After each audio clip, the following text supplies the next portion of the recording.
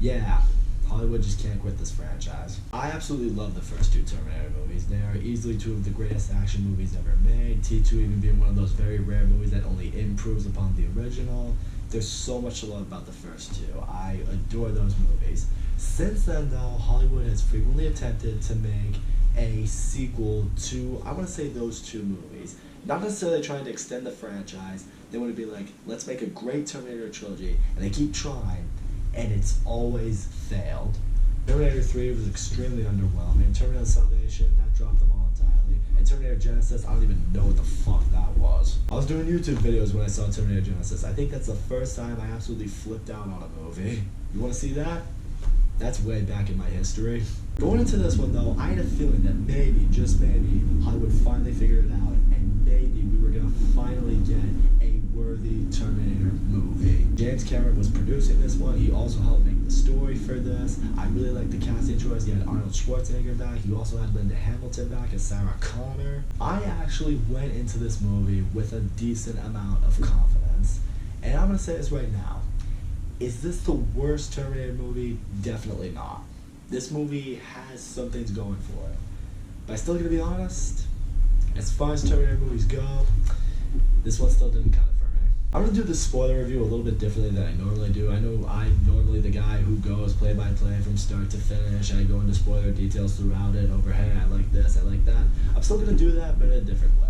In which case, I'm just going to talk about what I liked first and then what I disliked, because there was a lot I disliked in this movie. I really want people to understand why I just did not like this movie. First of all, what's good in the movie? The performance in this movie, everyone does a really good job. Notably, Arnold Schwarzenegger, Linda Hamilton, Mackenzie Davis. I was really impressed with all of them. I liked seeing Linda Hamilton back as Sarah Connor. I thought she was definitely the best performer, well, actor, I guess I could say, in this movie. I like seeing her role as Hunted Terminators. I like seeing the loss that she's dealing with, which I will get to in a minute. Mackenzie Davis I also really liked. I like seeing her as this kind of cyborg character, this enhanced human who's sent back to protect this girl, Danny, who's now going to save mankind in the future. Even Arnold Schwarzenegger coming back as a T-800, I thought he was really good as his role. You could tell this is what he loves to play. This is easily his favorite movie role, and you can see that there. You can see the passion in it. And he was really funny in this movie. I like seeing him as a T-800 because he always does bring that humor to it. I will say the action in this movie, it's actually pretty good. There are some scenes that are intense. There's some scenes that kind of bring back some nostalgia because they remind you of certain scenes from previous Terminator movies. And last, I will say, visually, it's not as bad as some of the trailers made it out to be. Some of the trailers, I saw the visuals, I'm just like, oh boy, this does not look like it was touched up on at all. But seeing it actually in the movie, visuals, it wasn't a bad movie. I've seen worse visual effects this year than in this movie, so I'll give it props there. But now I'm going to get into the negatives I have in this movie, and this is where I'm really going to get into the spoiler territory. Like most fans, to start off, I fucking hated what they did to start this movie. You see young Sarah Connor, and you see young John Connor. This scene is meant to take place, I want to say, not long after the events of T2.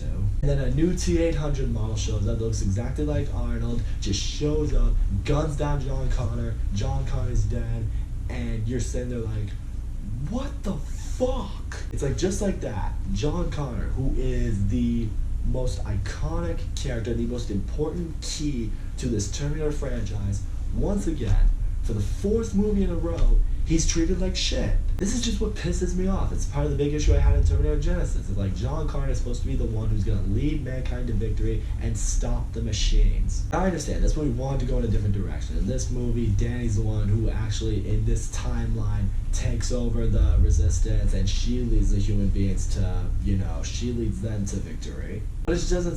But it just doesn't change the fact. It feels like the franchise just wants to, hey, let's forget about everything with John Connor. Let's just retcon John Connor and make Danny the new John Connor.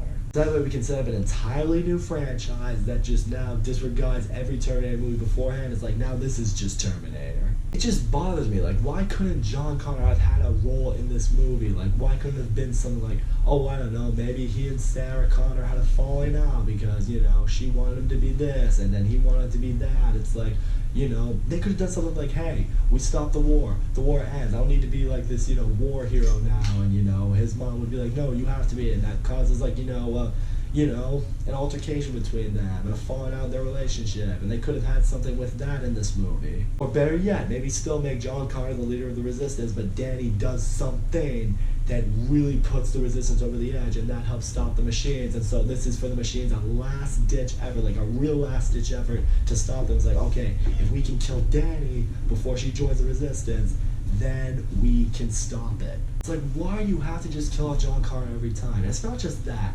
It's how every Terminator movie after T2 has mishandled John Connor. In Terminator 3, he was a whiny little bitch.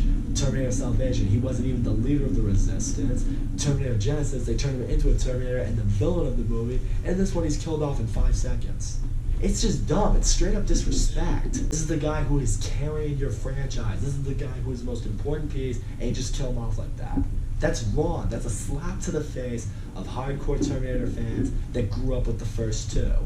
It's like, why is it so hard to handle John Connor this way? The second flaw I have with this movie kind of ties into how John Connor was killed, is what the movie then explores upon, and that this really also kind of goes against the other Terminator movies, as, John Connor being wasted does, is what they kind of did with the T-800, Arnold Schwarzenegger. When they reunite with Arnold, Arnold talks about how after he killed John Connor, he felt sympathy, he felt bad, he felt remorse, he felt like regret. So after that, he went and he kind of started a family and lived a normal life, and, Linda Hamilton's still like, okay, you're still a Terminator, so I'm still gonna kill you, but, he's like, oh, but I've been sending you these little cryptic messages on where these other Terminators are gonna be so you can stop them. Especially in the case with the T-800. In the first movie, the T-800 was programmed to hunt down Sarah Connor and kill her.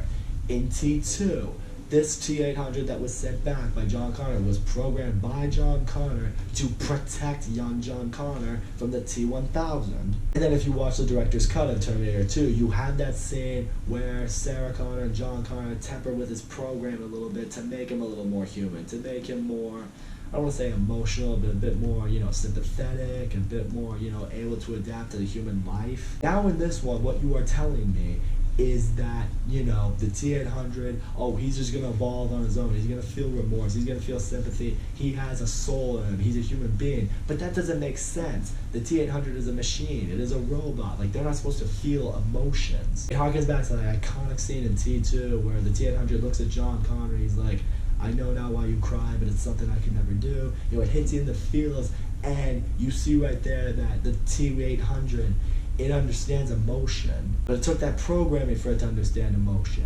In this one, saying, no, they eventually learn on their own, and they learn remorse, they learn sympathy.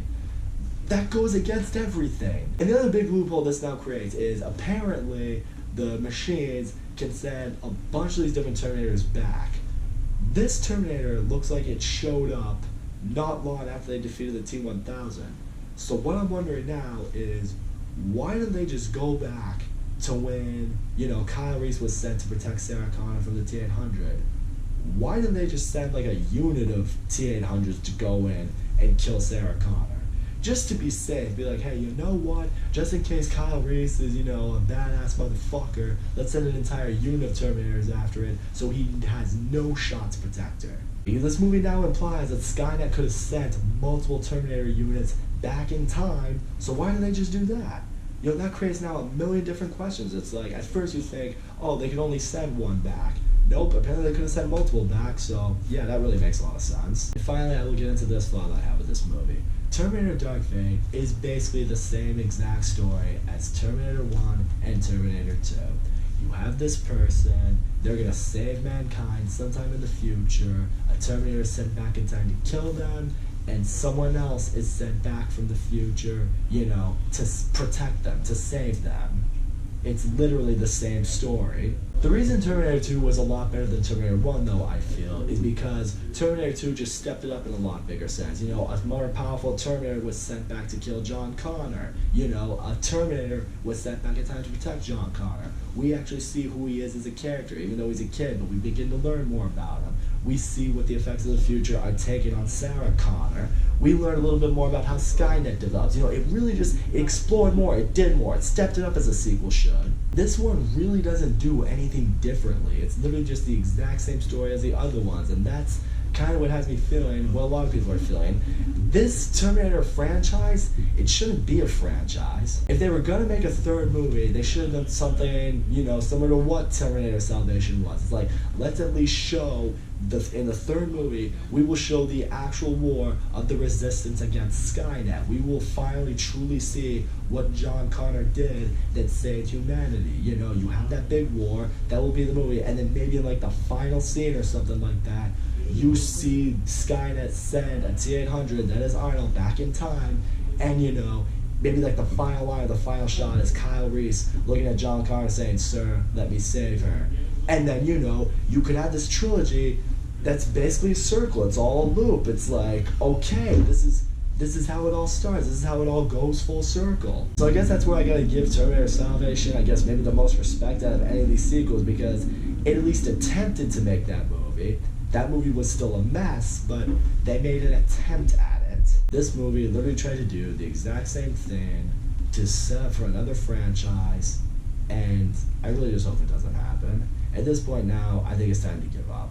This shouldn't be a franchise, and at this point, with everything they had apparently going for it, I think this was the last-ditch effort. I don't think anything's going to happen from this point forward. All in all, guys, a lot of people will say, if you go into Terminator Dark Fate and you don't see it as a Terminator movie, you just see it as an action movie, you'll have fun with it, you'll enjoy it, you'll, appreciate it. I'm sure that's what some people will tell me, but for me, I can't do that because this is a Terminator movie. It is marketing itself as a Terminator movie, so I have to review it as a Terminator movie.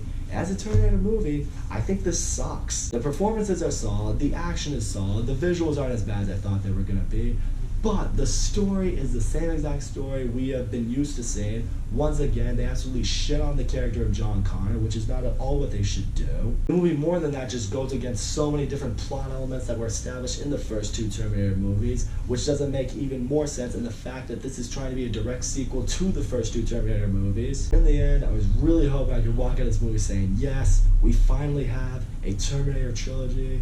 But I'm here to tell you guys right now, T1 and T2, they're the only movies that remain canon for me. So that's all I gotta say, guys. Thank you so much for watching my video. Don't forget to leave a comment, like, subscribe, and I'll see you all next time.